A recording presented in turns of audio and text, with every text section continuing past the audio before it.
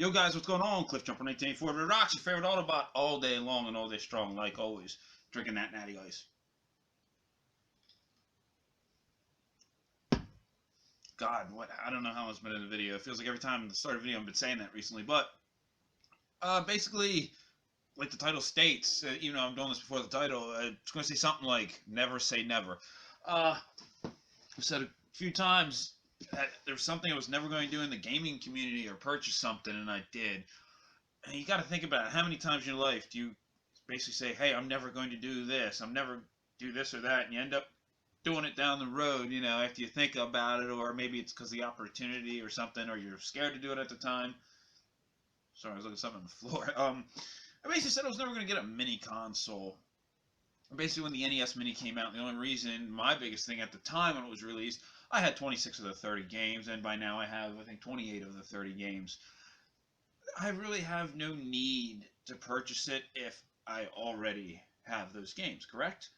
And I was thinking about it, and down the line, the Super Nintendo Mini came out. I was like, that's kind of cool. It has, 21 games on it with Star Fox, 2 on it, and I played like a broken version of it on emulation before.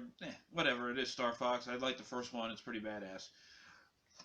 And then down the line, Sony. Well, Sony did come out with theirs, but Sega came out with the Sega Genesis Mini, and I sat on that for a bit. I am not the biggest Sega Genesis fan. I've probably said that quite a few times on the channel. I do have like roughly 30 games. I do have some of the ones I enjoy. There's some I don't have. I don't have like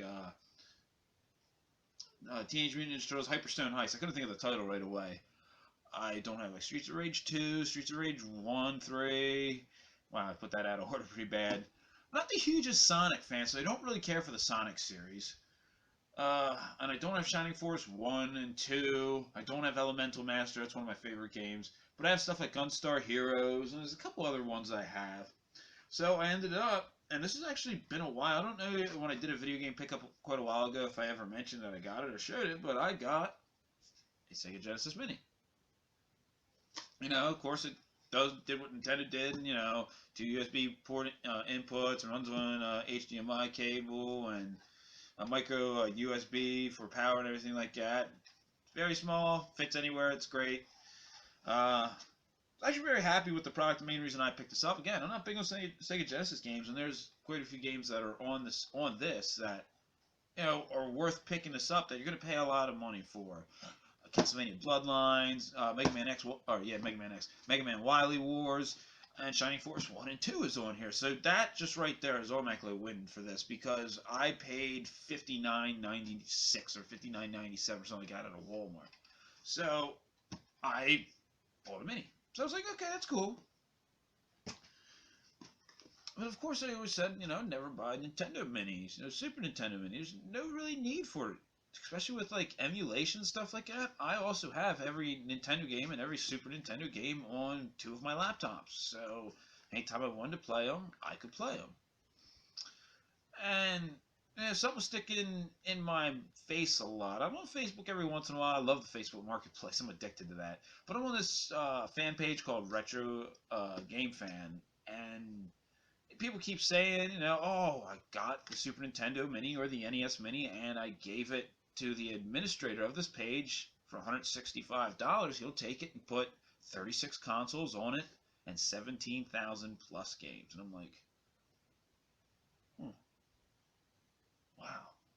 And I sat on it for a couple of days thinking about it. It's like, man, if I got one of those and modded it, I would never really have to like collect for most of the systems that I collect for anymore, because out of 36 consoles, and they're mostly retro ones, what would I be needing to spend all the money that I do? I roughly, it doesn't seem a lot sometimes, but I spend between $20 to $150 a month on video games, at least. It's just like, wow, that could change everything for me. I could put money into anything else. I still like the old G1 Transformer stuff. I don't collect it like I used to. I just recently got rid of my Decepticons because I don't display them. I don't care about the Decepticons. But there's other stuff that I enjoy too, like car modifications or just buying another car. I could really use another car right now. I have 2 right now, and one's a project car. It's in pieces, and actually my I have a Jeep Grand Cherokee, just sprung a leak in the radiator today. So, just, it's just one of those things like that. Not that I don't have the money to do it. I can pay cash and get that done right now and do the work myself. But to make a long story short, never say never. I bought a Super Nintendo Mini. And if you're wondering, what's a weird box? Main reason what came about it, what put a bug in my ear, one of the guys that owned that retro game fan page was posting a lot and saying, hey, on Nintendo's website, they have refurbished Super Nintendo Minis for $69.99, and this is a refurbished model. Since then, it has sold out on the website, so you can no longer get this, at least through the website. A lot of people are still out there charging $100, $120 for these. Actually, a buddy, or I shouldn't say buddy, a friend of a friend recently got an NES Mini for $30, and it's a legit one, not one of those junky ones that have 620 games that none of them are, or some of them aren't even real games and stuff that were on the NES. So, I only just got this today. Funny story is, everything was auto-filled in for me and stuff like that. I haven't even taken it out of the box of the plastic yet, so